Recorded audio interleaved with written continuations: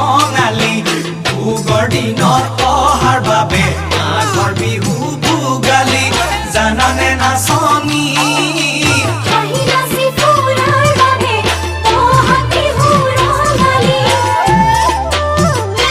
কপৌ ফুল ফুলিছে ডালে ভৰি